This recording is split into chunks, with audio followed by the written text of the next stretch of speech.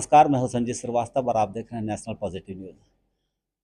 जैसा कि आपको पता है कि ये महीना सावन का चल रहा है, जो कि एक पवित्र महीना होता है। शंकर भगवान का तो ये महीना है ही, जहाँ लोग शंकर भगवान पर जल चढ़ाते हैं, दूध चढ़ाते हैं। लेकिन उसके साथ-साथ इस महीने में एक और ख़ास जो आजकल देखा जा रहा है कि लोग सावन महोत्सव मनाते हैं। ये प्रचलन इन दिनों काफ़ी बड़ा है। जिस तरीक़ा से पूरे बिहार में भी आपको देखने में खासकर पटना-वटना या बड़े शहरों में देखा जाता था, लेकिन धीरे-धीरे ये अभी छोटे शहरों में भी यह प्रचलन बढ़ रहा है। बेगूसराय में भी कई जगहों पर महिलाओं द्वारा सावन महोत्सव मनाया गया है और मनाया जा रहा है। एक ख़ास जाति जो जो कायस्थ कहलाती है, उन उस संस्था के द्वारा इस बार एक सावन महोत्सव का आयोजन किया गया है, जो कि पहली बार इन लोग के द्वारा किया जा रहा है। अखिल भारतीय कायस्थ महासभा जो कि इसके मेन आयोजक हैं, लेकिन उनके एक प्रकोष्ठ जो उनकी महिला प्रकोष्ठ है, उनके द्वारा ये आयोजन किया जा रहा है, जिसको लेकर आज एक प्रेस वार्ता भी की गई, जिसमें जो आयोजन समिति के महिला सदस्य हैं, उन्होंने बताया कि आयोजन किया जा रहा है। उस आयोजन में क्या-क्या होना है और कैसे-कैसे ये आयोजन होगा, इसके लिए हम बात करते हैं, जो अखिल भारतीय कायस्थ महासभा के महिला प्रकोष्ठ के समिति के जो महिला सदस्य हैं, उनसे हम बात करते हैं। तो मैडम ये बताइए कि इस कार्यक्रम में पहले तो बता दीजिए उद्देश्य क्या है इसका? इस कार्यक्रम का मेन उद्देश्य है कायस्थ महिलाओं का आपस में मेल-जोल बढ़ाना। एक तरह से कहिए कि कायस्थ महिलाओं का महामिलन, महासम्मेलन है ये। मैडम, जहाँ आप लोग ये कार्यक्रम कर रहे थे, इसके लेकर क्या कोई विशेष लोगों को भी आमंत्रित किया गया? यहाँ हमारे कार्यक्रम में मुख्य अतिथि आ रही हैं रश्मि वर्मा, जो नरकटियागंज की विधायक हैं, और सबसे बड़ी ये बात है कि वो चित्रांश हैं, और मेरे ख़्याल से बिहार में एकमात्र चित्रांश विधायक महिला चित्रांश महिला विधायक यही हैं। वो हमारे प्रोग्राम में वो चीफ गेस्ट के रूप में आ रही हैं। क्या-क्या इसमें होना है? इसमें कुछ गेम्स होंगे और जो भी जीतेंगी उनको प्राइज़ मिलेगा। तो किस टाइप के क्या-क्या कार्यक्रम है, पूरा डिटेल बताइए? इसमें जैसे सावन प्रिंसेस चुनी जाएगी, सावन क्वीन चुनी जाएगी, फिर हरितिमा क्वीन है, म्यूजिकल चेयर है गेम, फिर कैंडल लाइटिंग गेम है। बस इसी तरह से कुछ गेम्स हैं। बस कहिए कि महिलाओं का मनोरंजन होगा। तो इस कायस्थ जो जाति है उसके उसके द्वारा पहली बार सुनने में आ रहा है कि इस तरह का अन्य जातियों में मैंने सुना था, लेकिन कायस्थ जातियों में पहली बार सुनने पहली के। बार। तो ये हमारे बेगूसराय में ये पहली बार हो रही है। तो मतलब क्या उसको कैसे संगठित किया और क्या इसके लिए आपने तैयारी की है? कैसे इसको मैनेज किया?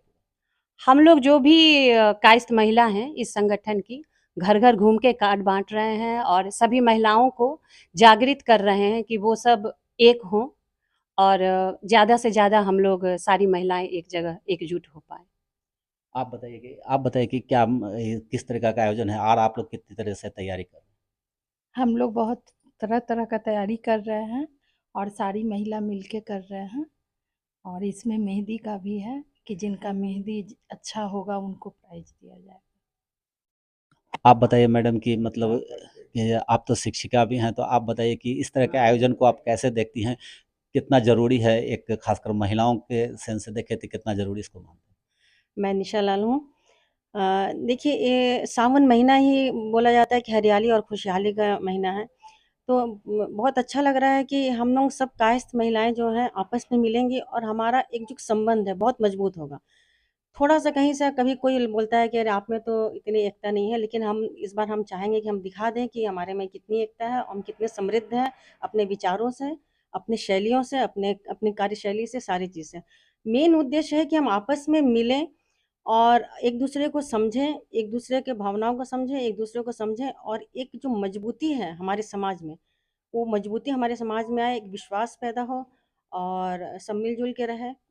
इसका यही मुख्य उद्देश्य यही है, बहुत हल्के-फुल्के तरीके से, जिसमें विभिन्न प्रकार के खेल हैं, और खेलों के माध्यम से हम खुश होने का प्रयास करेंगे। हम अपने आप को दिखाएँगे, मतलब कि रखेंगे कि हम खुश हैं। बहुत सारी ज़िंदगी में परेशानियाँ हैं या काम है, समय की कमी है, लेकिन उसके बावजूद हम लोग यहाँ पर मिलकर और बेहद सुरुचिपूर्ण तरीके से और बेहद आनंददायी माहौल में हम लोग एक दूसरे को समझेंगे और विश्वास पैदा करेंगे और समृद्ध होंगे और आपस में हमारे संबंध मजबूत होंगे। जैसा कि पहले भी देखा गया था कि या बरसों से ये देखा गया है कि जितने भी कायस्थ के प्रोग्राम हुए उसमें महिलाएं हमेशा पीछे रही है, कभी भी निकल कर नहीं आई है। तो पहली दफ़ा आप लोग एक फ्रंट पर आ रहे हैं, तो क्या सोचा कि मतलब कि क्या लग रहा है कि अब कायस्थ महिला जो ऑलरेडी तो शिक्षित है ही, हर चीज़ में सर्वगुण संपन्न है ही, तो अब आगे आकर बेगूसराय के विकास में भी क्या कुछ बेहतर करना है? बिल्कुल, बहुत अच्छा प्रश्न है आपका।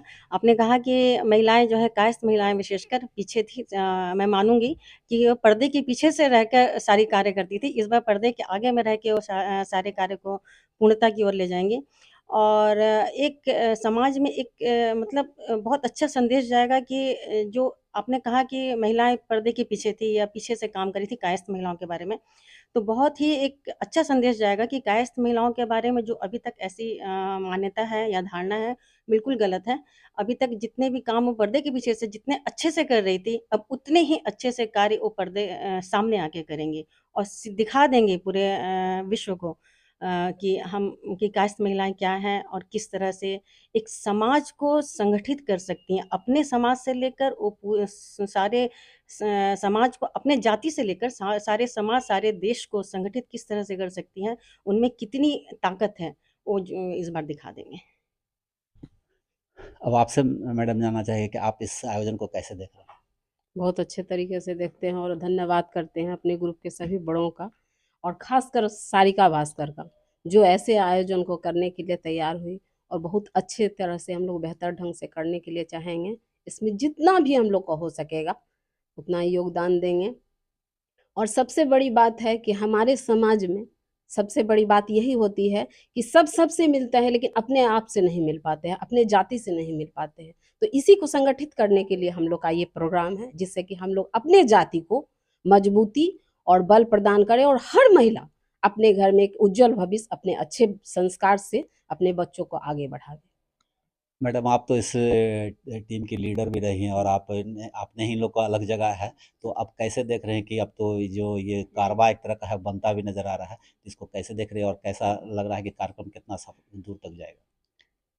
ये तो कास्ट समाज में तो देखिए संख्या कम है, लेकिन कम में भी हम लोग बहुत मजबूत बनने का कोशिश कर रहे हैं और एकजुट होने का कोशिश कर रहे हैं। हम लोग अभी पहली बार समिति बनाए हैं महिलाओं की और लेकिन छोटा-छोटा कार्यक्रम करते आ रहे हैं। अभी होली महोत्सव भी हम लोग मनाए थे छोटे रूप में, लेकिन सावन महोत्सव को हम लोग बृहत रूप में चाहते हैं मनाएँ, जिससे कि समूचे बेगूसराय की जो भी महिलाएँ हैं, वो आ सकें साथ में और इसमें सहयोग कर सकें और आगे बढ़ने के लिए भी सब साथ रहें।